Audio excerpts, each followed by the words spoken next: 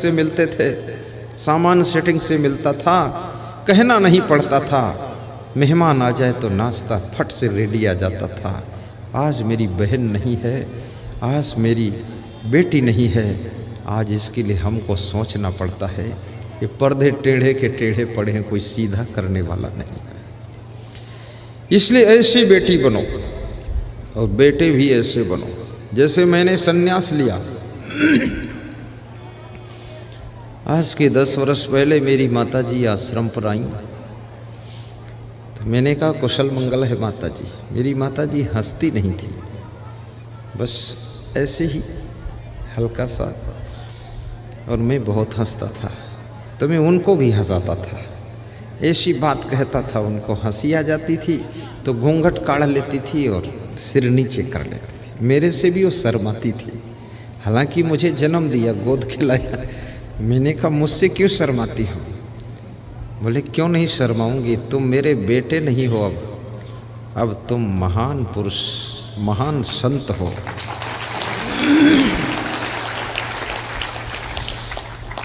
तो उन्होंने जो बात कही, उन्होंने कहा कि तुम चले आए, संत हो गए, घर में अनुशासन कम हो गया है, सफाई शुद्धता कम हो गई है, जो सामान जहाँ टूटा पड़ा है वो 3 महीने पड़ा रहेगा, कोई उठाने वाला नहीं। तुम थे तो सब सेटिंग कर देते थे, और जब कुछ गड़बड़ी देखती हूँ तुम्हारी याद आती है। तो मैंने कहा माता जी, कृष्ण भगवान भी बचपन में गोकुल में रहे थे, नंद बाबा जशोदा के साथ, और उसके बाद जब चले गए तब से लौट कर नहीं आए थे। मैं संत हूँ, अब मुझे पूरे संसार के लिए जीना है, और जो तुम्हारे बच्चे बचे हैं उनको संस्कार दो, उनको समझाओ। मेरे गुरुदेव हमेशा कहते रहते हैं मेरे बारे में कि वो जब आएंगे, उनके आने की सूचना आ जाएगी आश्रम में, तो आश्रम में पूर्ण रूप से सफाई सेटिंग हो जाएगी, सूचना मिलती है। और जब मैं पहुंच जाता हूं तो मैं केवल प्रवचन नहीं करता हूं, ये भी याद रखना आपने, मैं सारी व्यवस्थाओं पर ध्यान रखता हूं, सारे सिस्टम को ध्यान रखता हूं, छोटी सी छोटी बात को मैं ख्याल रखता हूं, और हाई टेक मैनेजमेंट की सेटिंग रखता हूं। तुम ये मत सोचना गुरुदेव केवल प्रवचन ही देते हैं, बहुत बड़ा मैनेजमेंट भी करने का कोर्स है मेरा, और मुझे मैनेजमेंट करने में बहुत अच्छा लगता है। सबका ख्याल करना, सबको याद रखना, सबसे प्रेम करना, सबके ऊपर अनुशासन करना, सबका ध्यान रखना, सबकी व्यवस्था बनाए रहना, किसी को हमारे साथ में तकलीफ न हो, इस बात का पूरा ध्यान रखना। कोई खाया है कि नहीं खाया है, सोया है कि नहीं सोया है। आज सवेरे में प्रार्थना के पश्चात पूछ रहा था संतों से, इसमें कौन कौन संत है जिसके पास कंबल नहीं है? 2 संत ने हाथ जोड़ा, कंबल नहीं है। तो हमने कहा प्रबंधक जी आज ही कंबल खरीद कर इनको दो, इनको ठंडी लग रही है। हमसे एक संत ने कल कहा था कंबल नहीं, तो हमने कहा मेरा जो बिछा है कंबल मेरे बिस्तर पर, इसको रात में निकालो, मच्छरदानी खोलो, इसको उलझो और इसको दे दो, मैं दूसरा कुछ बिछा लूँ। याद रखना, जो दूसरों की सुविधा का ध्यान रखता है, दूसरों का ख्याल रखता है, सभी के लिए सोचता है, वो साधारण मनुष्य नहीं होता है, वो सब मनुष्यों के बीच में दिखता है मेरे जैसा है, लेकिन वो तारा के बीच में ध्रुव तारा होता है।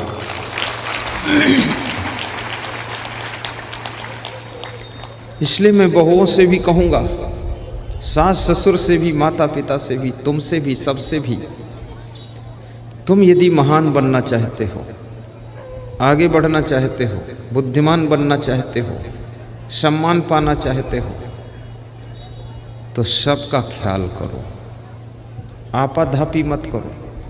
अपना पेट हाहू, बात न पूछे काहू।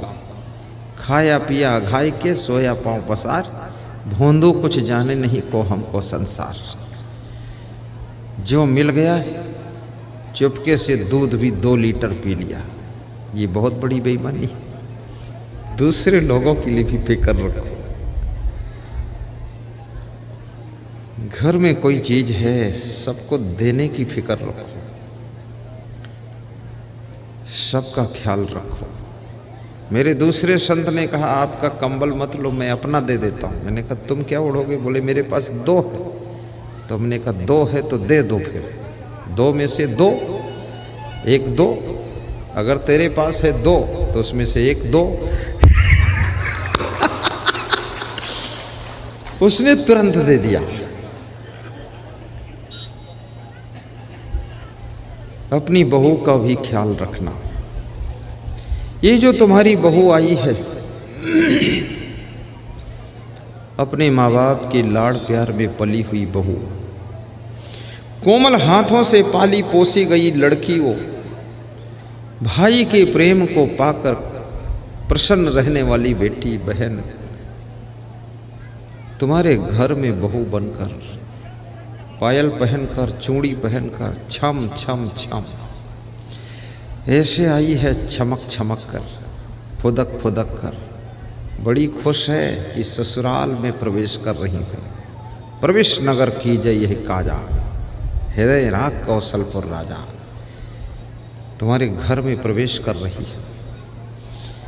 तुम्हारी बेटी दूसरे के घर में प्रवेश करती है, दूसरे की बेटी तुम्हारे घर में प्रवेश करती, ये बहुत बड़ी चुनौती है। दूसरे की बेटी को अपनी बेटी से ज्यादा ख्याल करोगे तो दूसरे की बेटी तुम्हारी सेवा में अलर्ट हो जाएगी। दूसरे की बेटी को अपनी बेटी से भी ज्यादा मानना।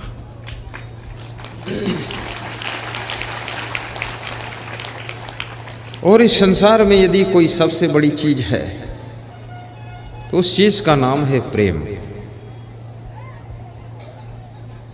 और ये भी याद रखना, जो बेटियां बहू बन जाती है। आज मेरे पास में एक महिला आई,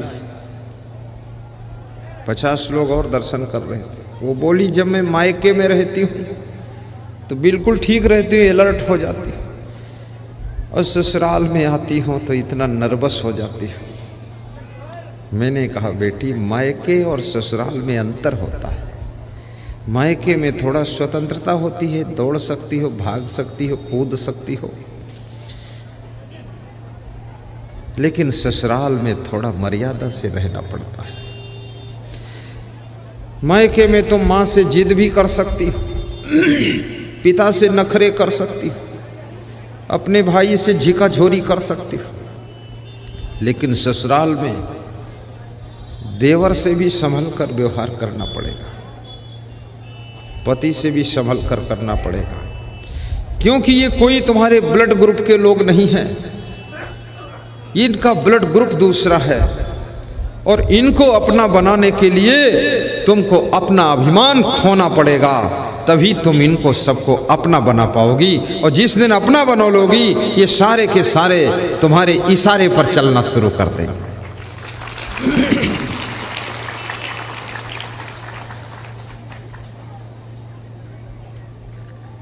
अभी तक और सब प्रवचन सुना रहा था, लेकिन परिवार का थोड़ा मार्मिक प्रवचन सुनाना बाकी था, इसलिए थोड़ा आज रात का टाइम, लास्ट टाइम है, सुना दूं 10 मिनट और यही टॉपिक, कि बदल दो टॉपिक? यही तो दर्द है सबके पास, वही दवा देना पड़ेगा।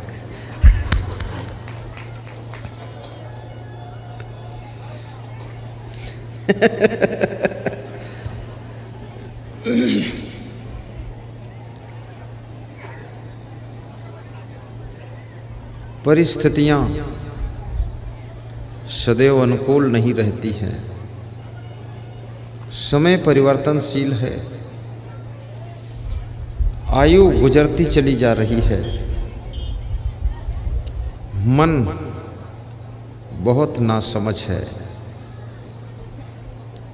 फालतू बातों को सोचता रहता है मन, और मन के अंदर बड़े संदेह भी होते हैं, और ये मन मूर्ख भी बहुत है। ये जहाँ रहता है वहीं की बुराई भी करता रहता है, जिस थाली में खाता है उसी में छेद करता रहता है, जिस सास ससुर की तुम प्रॉपर्टी लेते हो उसी की ये मन निंदा करता रहता है।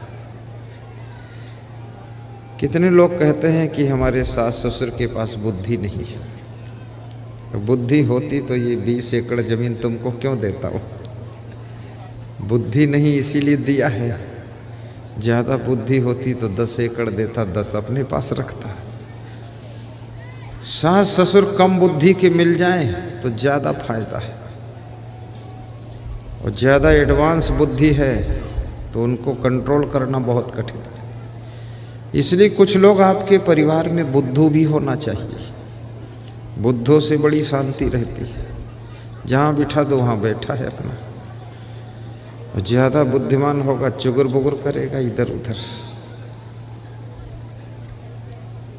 और कम बुद्धि का आदमी भी समाज में उसकी आवश्यकता है। समाज के सभी कार्य बुद्धिमानों के कार्य नहीं है, कुछ कम बुद्धि के कार्य।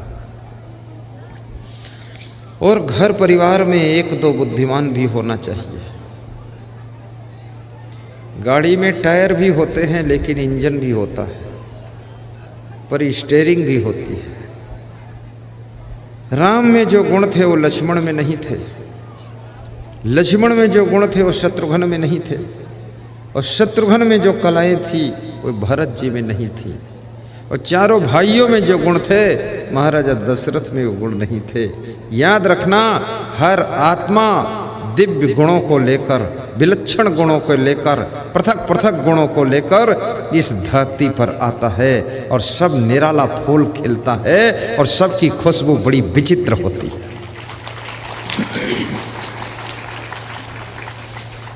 हमारे साथ में 30-35 महात्मा यहाँ है,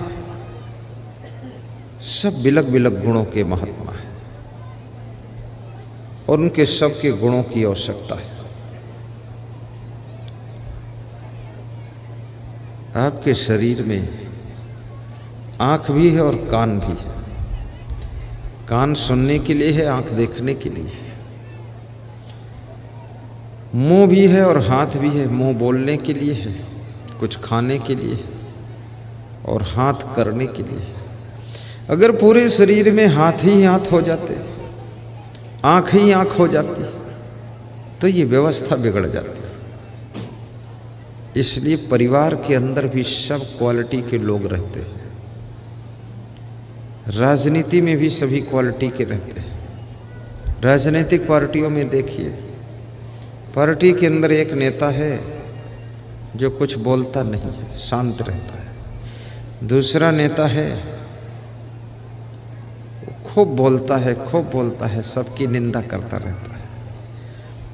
लोग उसको गालियां देते रहते फिर भी बोलता रहता है। पार्टी के अंदर एक नेता ऐसा है बिल्कुल ईमानदार है, दूसरा ऐसा है जो पार्टी का पैसा भी चुराता है। पार्टी प्रचार के लिए पैसा देती है 50 लाख, 25 लाख घर में रख लेता, 25 लाख प्रचार में लगा देता है।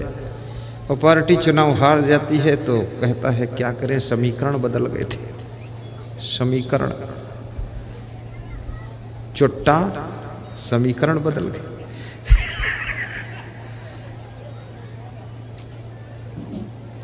विचित्र विचित्र नेचर के, विचित्र विचित्र लेक्चर के, विचित्र विचित्र पिक्चर के लोग समाज में रहते हैं। और ये भी याद रखना, भगवान श्री राम के रामा दल में हनुमान एक ही था, अंगद एक ही था, जामवंत एक ही था, और जितने भी रीछ भालू बानर योद्धा थे सब अलग अलग गुणों से विभूषित थे। जब लंका को जाना था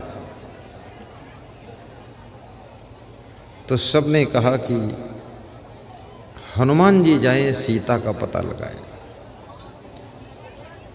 नल नील जामवंत का नंबर नहीं आया, क्योंकि समुद्र को पार करने की कला हनुमान में थी। और ये संसार रूपी समुद्र को वही पार कर सकता जो हनुमान बन सकता है। और हनुमान का अर्थ होता है जो मान, अपमान, अभिमान, सम्मान ये सबका ज्ञान के द्वारा हनन कर दे, विनाश कर दे, वही हनुमान होता है। और जो हनुमान होता है वही भव सागर से पार होता है। जो भव सागर से पार होता है वही शांति रूपी सीता की खोज करता है।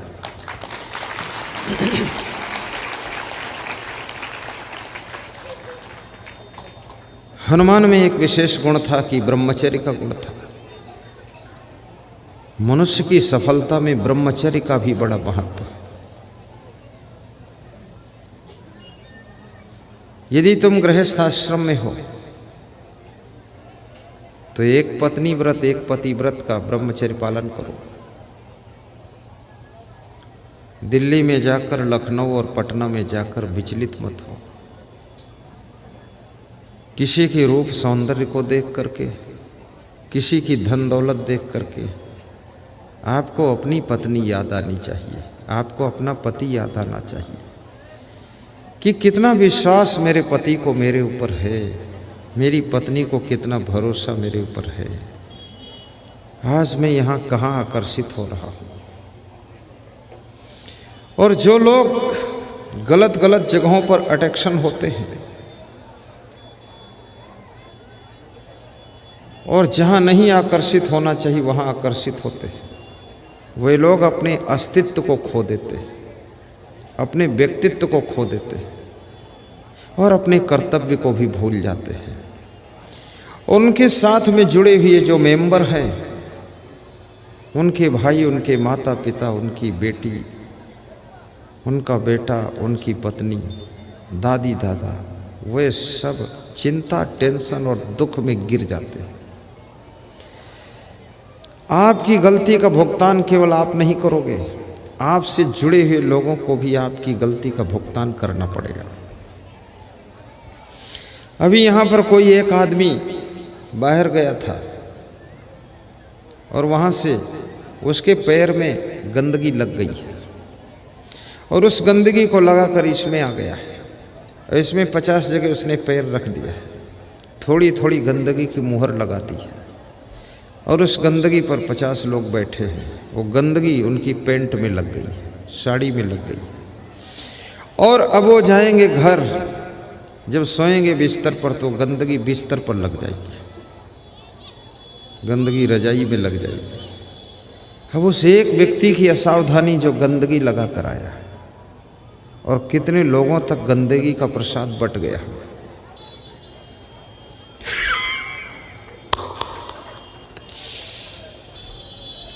एक व्यक्ति गलती करता है, हजारों लाखों करोड़ों लोग उसकी गलती से प्रभावित होते हैं। और एक व्यक्ति जब कोई अच्छा काम करता है, हजारों करोड़ों अरबों लोगों को उससे बहुत बड़ा फायदा होता है। जैसे मैं संत बना था, मैं तो अपने लिए बना, मेरा उद्देश्य ये नहीं था, मुझे पता भी नहीं था कि मैं ऐसा प्रवचन करूँगा या मेघौना आऊँगा, मुझे याद नहीं था। लेकिन संत बना था अपने कल्याण के लिए, अपनी शांति के लिए। लेकिन अपनी शांति के साथ साथ मेरा संत बनना आज कम से कम 40 करोड़ लोगों, वर्ल्ड के 40 करोड़ नर नारियों की शांति भी हमारे सत्संग से प्राप्त हो रही है। 40 करोड़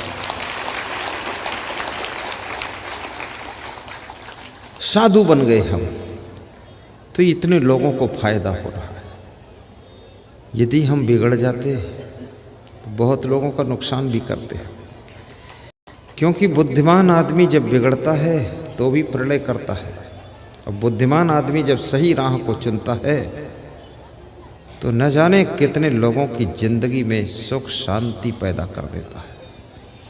इसलिए मैं निवेदन करूंगा, आप जो कुछ करते हो ये मत सोचना कि केवल मैं मेरे लिए कर रहा हूं। नहीं, तुम्हारा हर कर्म व्यापक कर्म है, बहुत दूर तक फैलता है उसका प्रभाव। अभी जो हम प्रवचन दे रहे हैं, जितने लोगों के कानों तक आवाज जा रही है, ध्यान से सुन करके अंदर अंदर परिवर्तन हो रहा है। रातों रात घर में बदलाव होगा, तुम्हारा स्वभाव बदलेगा, वाणी बदलेगी, घर में सफाई शुद्धता कल से बढ़ेगी।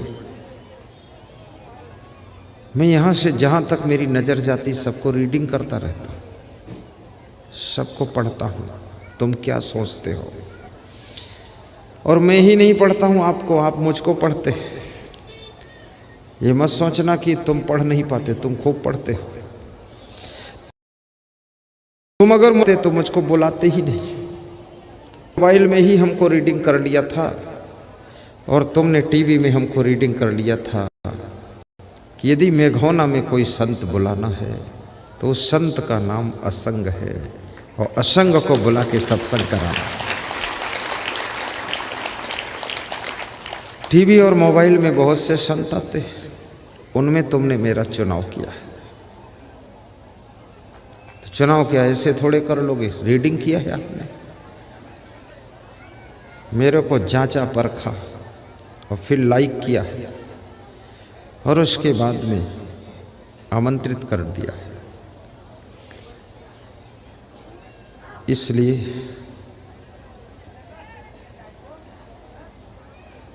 तुम इस दुनिया के महत्वपूर्ण व्यक्ति हो। ये मत सोचना ये दुनिया बहुत बड़ी है, हमारी क्या गिनती है, ऐसा नहीं है। ये भी मत सोचना ये बहुत लंबा चौड़ा परिवार, इसमें हमारी क्या गिनती है। ये भी मत सोचना ये बहुत बड़ा आश्रम है, बहुत बड़ी संस्था, इसमें बहुत साधु संत, मेरी क्या गिनती है, ऐसा नहीं। एक सरोवर था, उस सरोवर के किनारे गुलाब के पौधे लगे हुए थे, कुछ फूल खिले हुए थे गुलाब के। और जो व्यक्ति सरोवर के पास में आता था, गुलाब के फूलों को निहार निहार कर देखता था, गौर से देखता था। कुछ लोग गुलाब के फूल को छू लेते थे। मनुष्य के मन का स्वभाव है, जो चीज़ इसको सुंदर लगती है उसको फिर ये गौर से देखता है, और देखने के बाद फिर उसको छूने का मन होता है कि छू लूँ थोड़ा और छूने के बाद फिर उसको पाने का मन होता है कि ये चीज़ मेरी हो जाए। ये मनुष्य के मन का स्वभाव है। और जो चीज़ इसको अच्छी नहीं लगती है उसको ये देखना भी नहीं चाहता है, छूना भी नहीं चाहता, वहाँ खड़ा भी नहीं होना चाहता। अब इसके मन को क्या भा जाता है, तो गुलाब के पौधे में तो गुलाब के फूल ही भाते हैं। तो गुलाब के फूलों की लोग प्रशंसा करते थे, गुणगान करते थे, देखते थे, छूते थे, समझते थे। तो गुलाब के पौधे में नीचे जो पत्तियां लगी हुई थी, उन पत्तियों को बड़ा दुख होता था। और पत्तियां ऐसे सोच रही थी, जो कुछ मान सम्मान है सब फूल का ही है, हम तो फालतू लगे हुए हैं, हमारी तो कोई गिनती ही नहीं है, हमको तो कोई देखता ही नहीं है, हम इसमें तो फालतू चिपके हैं गुलाब के पौधे के साथ। ऐसा सोच करके वे पत्तियां दुखी हो जाती थी। लेकिन एक दिन आंधी और तूफान आया और वर्षा हुई, तो आंधी में कुछ गुलाब के पौधे उखड़ गए, कुछ पत्तियां टूट गईं, फूल सब तहस नहस हो गए, और गुलाब की पत्ती उड़ करके सरोवर के पानी में जाकर गिरी। और सरोवर के पानी में जब गिरी तो एक चींटी सरोवर के पानी में डूब रही थी। वो चींटी स्पीड से दौड़कर आती है और उस गुलाब की पत्ती के ऊपर बैठ जाती है और हवा के सहारे वो पत्ती सरोवर के किनारे चली जाती है। वो चींटी निकल कर बाहर हो जाती है और उस पत्ती से कहती है, हे गुलाब की पत्ती। सब लोग गुलाब के फूल को ही देखते थे और गुलाब का फूल ही महत्वपूर्ण समझते थे, लेकिन मेरी जिंदगी के लिए गुलाब की पत्ती महत्वपूर्ण है। अगर तू न होती तो आज मेरी जिंदगी भी न होती, मैं डूब जाती पानी में। इसलिए तुम परिवार के फालतू सदस्य नहीं हो, आश्रम के फालतू संत नहीं हो, राजनीतिक पार्टी के तुम फालतू मेंबर नहीं हो, तुम इस दुनिया के फालतू इंसान नर नारी नहीं हो। तुम्हारी इस दुनिया को बहुत बड़ी जरूरत है और कहां कब किस काम तुम आ जाओगे क्या पता है। किसकी जिंदगी बचाने के काम तुम आ सकते हो, किसको जीने का ढंग सिखाने के काम आ सकते हो। इसलिए अपने आप को साधारण समझ करके दुखी मत होना। ये मत सोचना कि मैं शिक्षा नहीं प्राप्त कर पाया, मैं तो बेकार हूं, ऐसा मत सोचना। 10वीं क्लास तक पास थे धीरू भाई अंबानी और विश्व में इतना बड़ा उद्योग किया है रिलायंस का, जो MBA किए हुए लोग उनके पास नौकरी कर रहे हैं। आज रिलायंस की ओर से स्पेशल हवाई जहाज बॉम्बे से जामनगर उनके कर्मचारी अधिकारियों को लेकर आता है, शाम को फिर बॉम्बे वापस ले जाता है। मुकेश अंबानी के पास पर्सनल हवाई जहाज है और मैं तो शुभकामना करता हूँ कि तुम्हारे सबके पास कम से कम हवाई जहाज हो न हो, लेकिन 4 पहिया की एक एक गाड़ी सबके पास हो। 5 साल बाद मिलो तो सब 4 व्हीलर से मिलो। साड़ी सस्ती पहन लेना माताओं बहनों, लेकिन द्वार पर 4 व्हीलर गाड़ी होना चाहिए। गले में हार सस्ता पहन लेना, लेकिन द्वार पर कार होनी चाहिए। कार में जब बैठकर चलोगी, बरसात में भीगोगी नहीं, धूप लगेगी नहीं, धूल लगेगी नहीं। रात में जाओ या दिन में जाओ, किसी भी टाइम एनी टाइम आप जर्नी कर सकते हो। खगड़िया टू पटना जा सकते हो, लेकिन गले में हार कितना ही सोने का हार वजन हो, पर वो पटना तो पटना, ये सत्संग हाल से मेघौना गांव तक नहीं पहुंचाएगा वो तुमको, उसको लाद कर तुम ले जाओ।